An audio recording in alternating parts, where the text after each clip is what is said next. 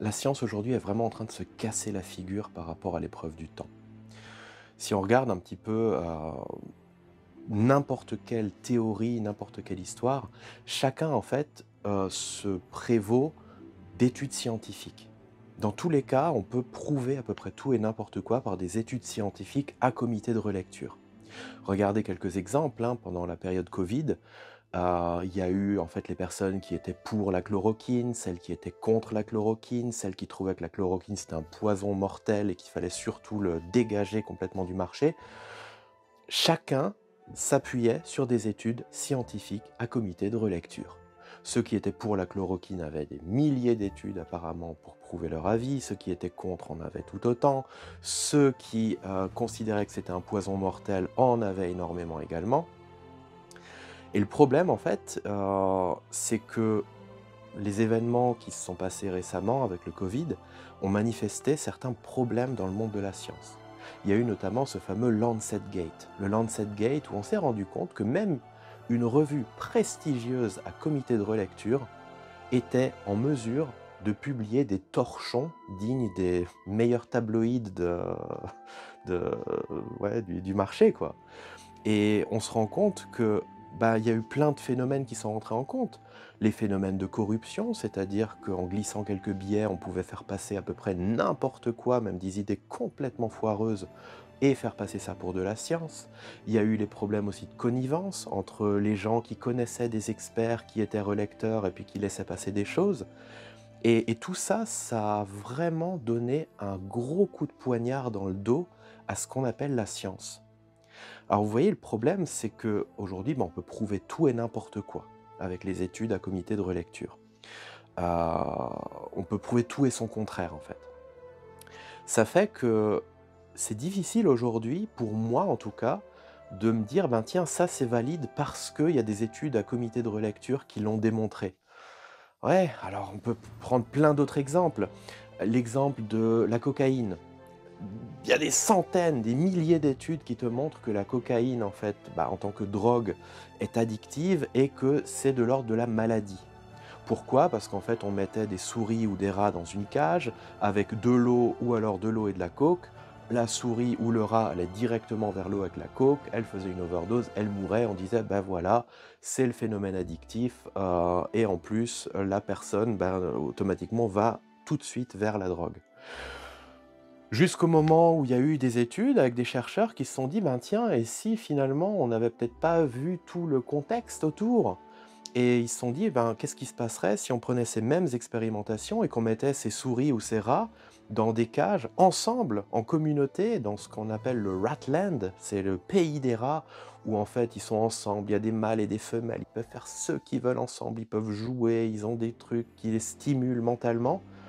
Et là, étonnamment, ben, l'eau et puis l'eau et la coke, les souris, elles vont plus vers la coke, en fait. Elles vont vers l'eau.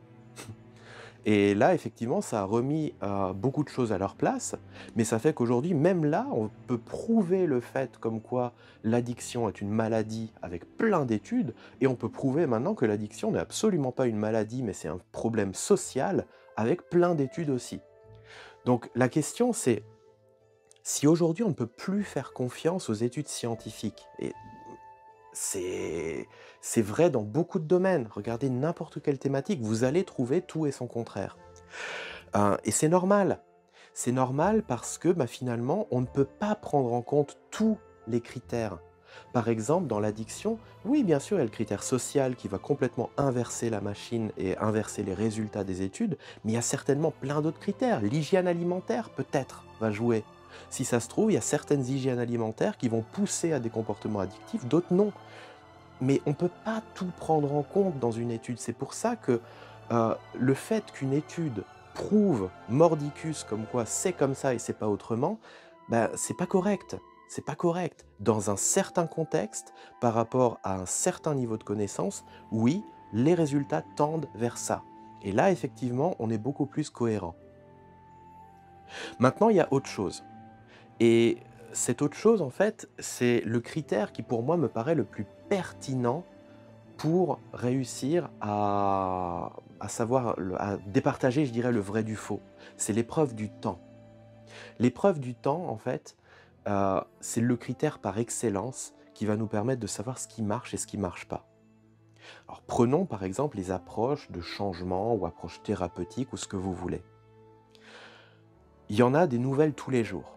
Actuellement, quand vous regardez à peu près n'importe quel formateur, à peu près n'importe quel praticien dans n'importe quel domaine, en fait, il va collecter un certain nombre d'approches, il va les combiner ensemble, il va se créer un truc et il va le packager et le vendre comme étant la méthode révolutionnaire qui permet de. Et le problème en fait qu'on voit là-dedans, c'est qu'il y a tellement de nouvelles approches, mais ces nouvelles approches, elles existent quelques années peut-être, et puis d'un coup, on n'en entend plus parler. La vraie question, c'est de se dire, OK, qu'est-ce qui véritablement a fait l'épreuve du temps? Moi, vous le savez peut-être, je me suis formé à littéralement des centaines d'approches depuis plus de 10 ans. J'ai investi un peu plus de 200 000 euros dans des formations, dans plein de domaines. Et il y a eu une approche qui a tout particulièrement marqué mon attention, mais en fait, c'est la PNL, la programmation neurolinguistique. Alors, pour plusieurs raisons. La première raison, c'est que c'est une méta-approche, c'est-à-dire c'est pas du tout une approche qui te donne des techniques ou quoi. Et malheureusement, elle était mal présentée et mal expliquée par certains, où on dit que voilà, c'est un ensemble de techniques. C'est pas vrai. La PNL, à la base, c'est une attitude. C'est l'étude, en fait, des comportements à succès, et c'est l'étude de la capacité de l'être humain à changer. Ça, c'est une vraie définition de la PNL. Le truc, c'est que la PNL a été développée dans les années 70. Alors, à une époque où Internet n'existait pas, à une époque où nos téléphones portables n'existaient pas, et où on était dans les balbutiements des neurosciences.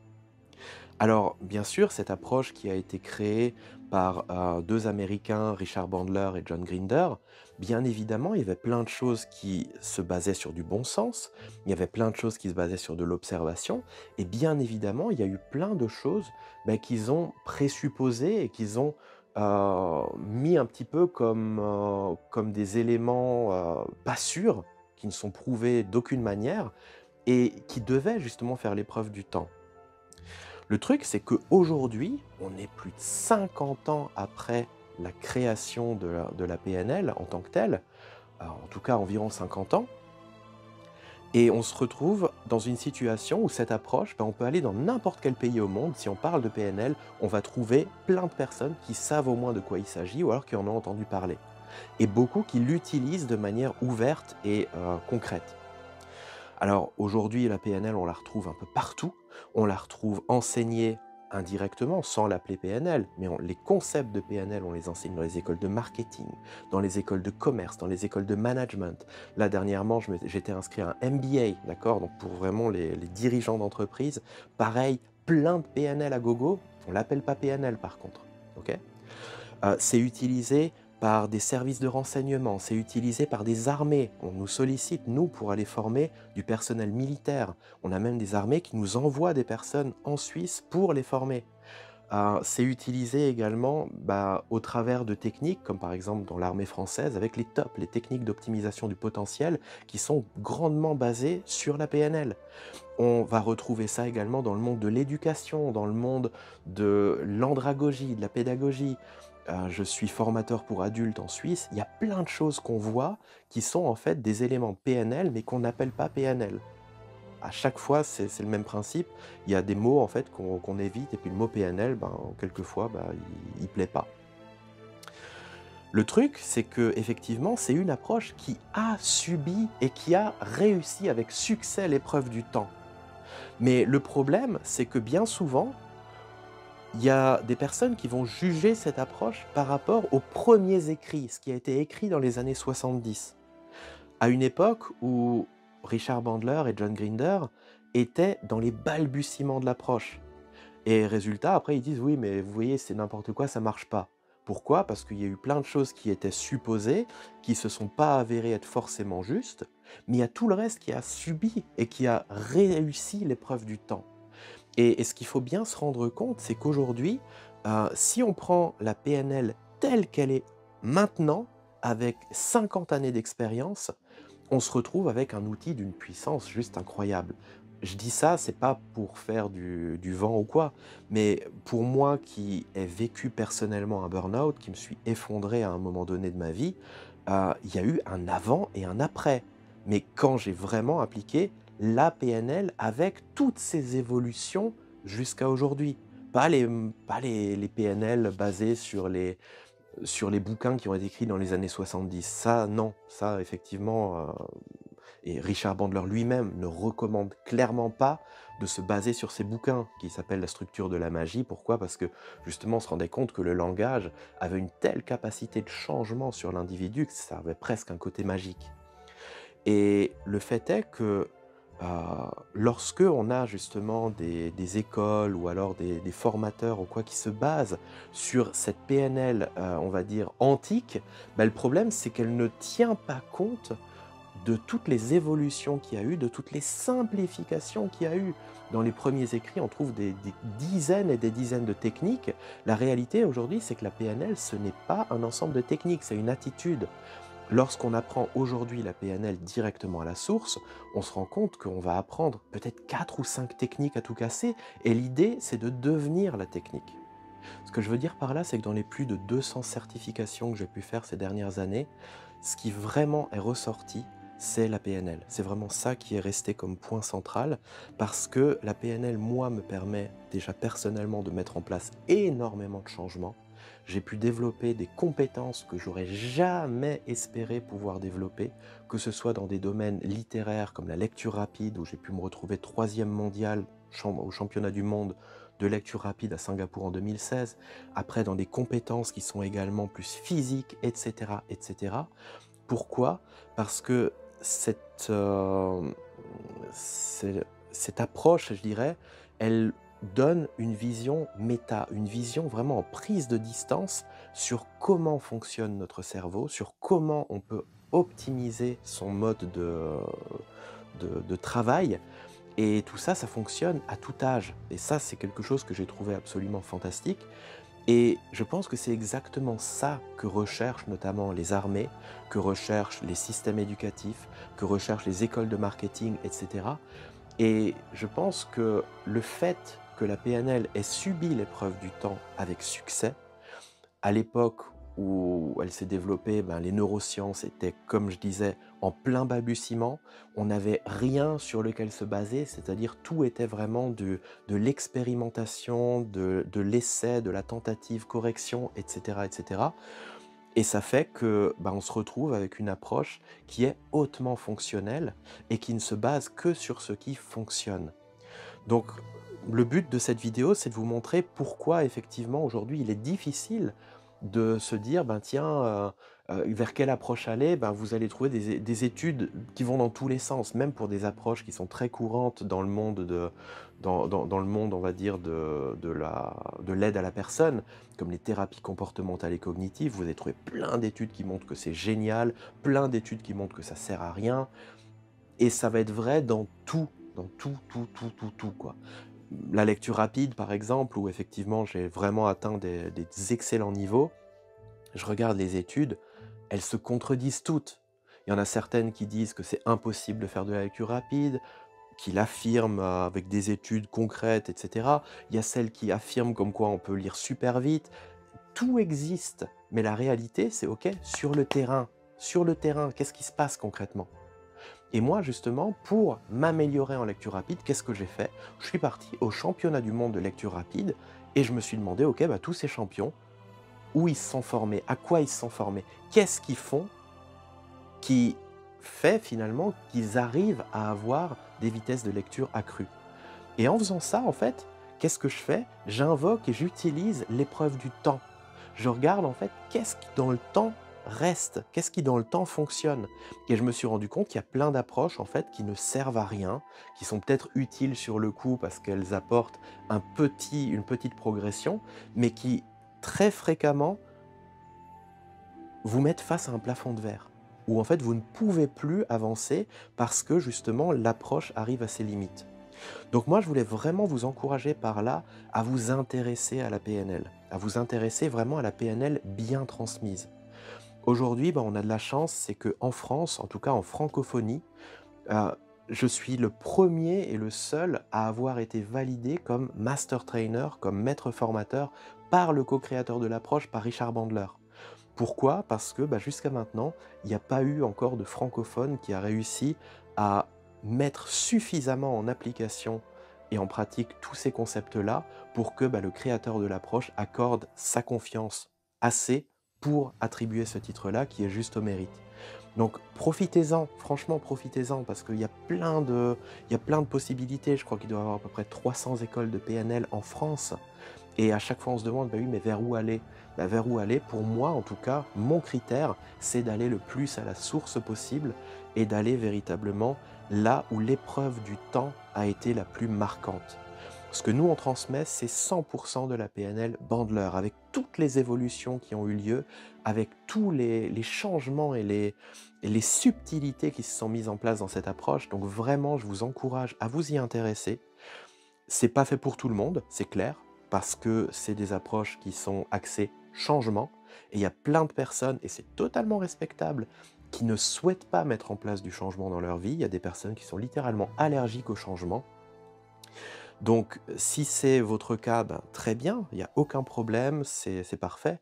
Mais si vous avez l'envie ou l'intention de mettre en place du changement, et ça c'est mon expérience qui parle, vraiment la voie royale, ça va être la PNL. Et ça va permettre de jouer sur tous les aspects, sur l'aspect apprentissage, sur l'aspect intégration de nouveaux comportements, dégager des croyances limitantes, dégager des peurs qui peuvent te freiner. Heu, Tout ça, en fait, ça fait partie de la mentalité PNL et c'est ça qui fait vraiment sa force et sa spécificité. Donc vraiment, je vous encourage, intéressez-vous-y, posez-vous quelques questions. Gardez vraiment ce principe de l'épreuve du temps, parce que celui-là, effectivement, heu, il est indéniable. Ce qui marche et ce qui reste, on sait que ça fonctionne. Maintenant, voilà, prenez une approche un petit peu plus, hem, réflexive par rapport à tout ce que vous voyez. Posez-vous des questions quand vous voyez une étude affirme que parce que juste petite note, quand vous voyez que même sur une substance chimique totalement stable comme la chloroquine, on peut avoir tout et son contraire dans des études à comité de relecture, et là on parle d'une substance chimique qui n'a pas de conscience, qui n'a pas de réflexion, de néocortex ou quoi. Quand on voit à quel point sur des substances neutres comme ça, on peut avoir des discours radicalement opposés, totalement opposés. Comment est-ce qu'on veut prétendre avoir des affirmations concrètes par rapport à un être humain qui est constitué de milliards de cellules comme ça, qui en plus est doté d'une conscience, d'une capacité à réfléchir, d'un néocortex, de toute une mécanique tellement complexe? Comment est-ce que dans le monde des sciences humaines, on peut affirmer des choses par rapport à un être humain aussi complexe? C'est un être humain qui ne peut que fonctionner dans l'interaction. Et le principe même dans la PNL, c'est de travailler cette interaction, de travailler le rapport entre êtres humains, d'avoir une approche utilisationnelle, de se baser sur ce qui est là en face de moi, sur comment la personne réagit dans un contexte, de se dire, OK, comment est-ce que elle pourrait développer une manière plus constructive de réagir dans ce même contexte. On est vraiment sur quelque chose qui est de l'ordre de l'ajustement, de la précision d'horlogerie. On ne peut pas résumer ça à des protocoles ou alors à dire tiens, ça marche ou ça marche pas. Non, ça c'est pas possible, d'accord? Si on n'y arrive pas sur des substances stables, on n'y arrivera jamais avec l'être humain. Et tant mieux qu'on n'y arrivera pas. Parce que dès le moment où on va affirmer que pour réaliser ça, il faut ça, point barre, en fait, on va être en train de complètement limiter notre champ de vision, en train de nous mettre des œillères, un peu comme les chevaux, où en fait, on va se retrouver dans ces biais cognitifs, je dirais, dans ces bugs cérébraux, notamment de l'illusion de la connaissance, où on va avoir la sensation de savoir, alors qu'en réalité, en fait, on ne sait pas. On a la sensation de savoir parce que notre champ de vision est totalement réduit. Donc, soyez curieux, intéressez-vous à tout ça. Si vous avez des questions, n'hésitez pas. Sur le site internet optimistra.com, dont vous trouvez les informations ci-dessous, vous pouvez nous poser des questions. Même assez souvent, on est disponible pour chatter en live avec vous. Donc, profitez-en et surtout, réfléchissez, posez-vous des questions et faites preuve de bon sens. Ça marche? À bientôt!